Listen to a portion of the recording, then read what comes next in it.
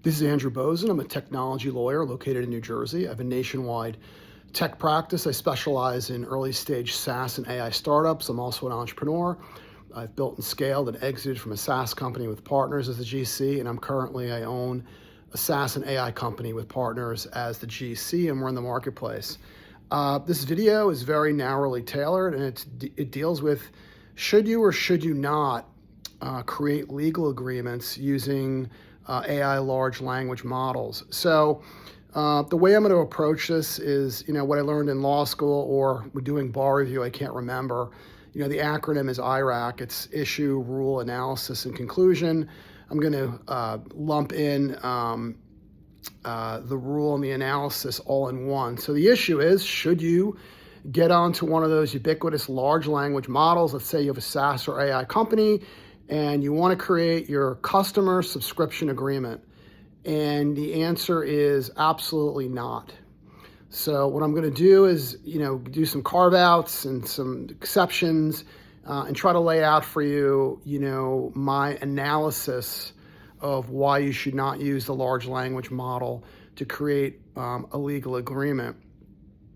If you go into Google, and because SaaS has been around, let's say 12, 13, 14 years, if you go into Google and you put in, sample SaaS agreement, you're going to get pages and pages and pages and pages of SaaS agreements. Now, again, I would not recommend using these for your companies because they're probably not right for you. They're not tailored for you.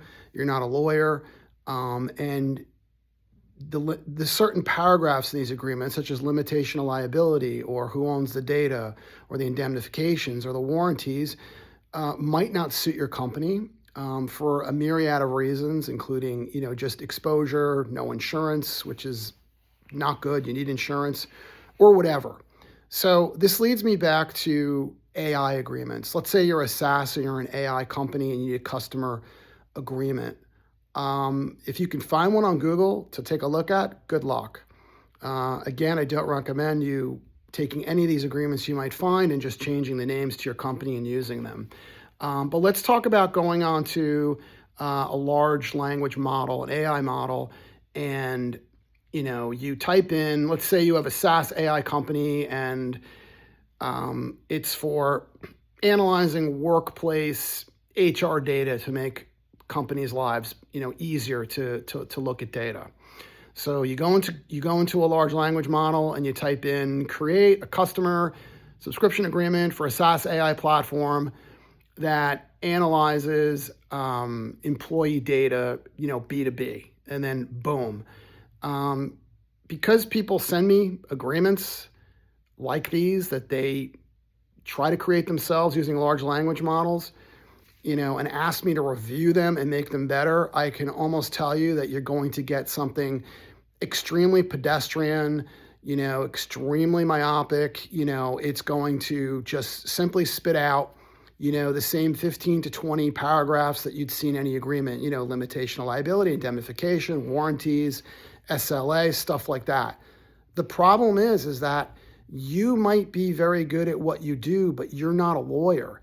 And creating an agreement or getting an answer out of a large language model in response to your query, it's only as good as the information, the input that you put into the large language model to get it to spit out the output. And you simply don't know enough about the different areas of an AI SaaS customer subscription agreement in terms of what the language should say, what type of exposure should you have, is it an arbitration clause or can either party sue each other in state and federal court? Are you giving it, a service level agreement? Who owns the data? Who gets a license to this and that?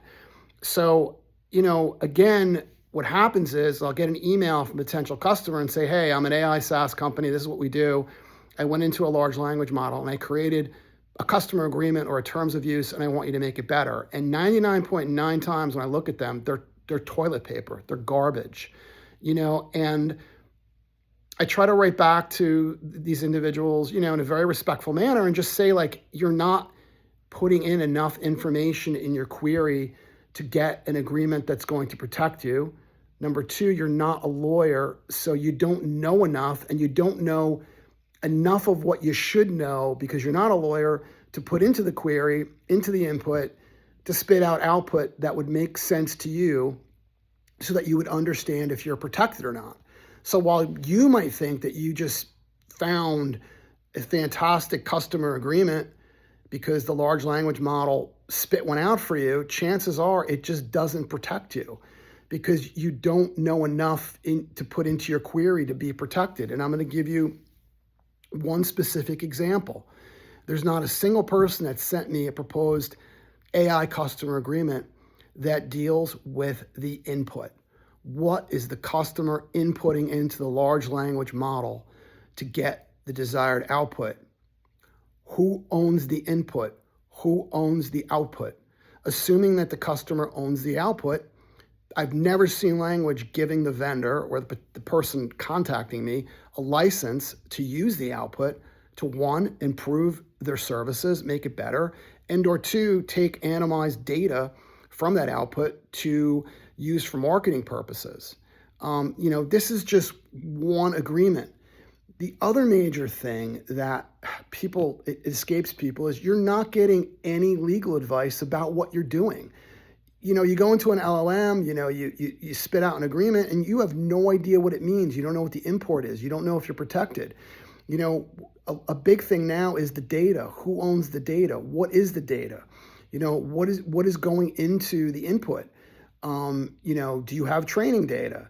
Are you able to use the customer output in the training data?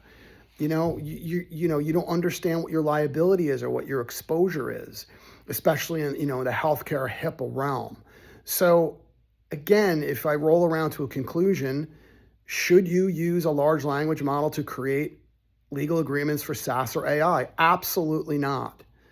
This is something that you should be going to an experienced, competent lawyer for, who can not only create and draft the agreement based upon your needs and your parameters, but also explain what this all means and what you can do with the data. If you need help drafting SaaS or AI customer agreements, please call me, technology lawyer Andrew Bosin, across the US at 201-446-9643.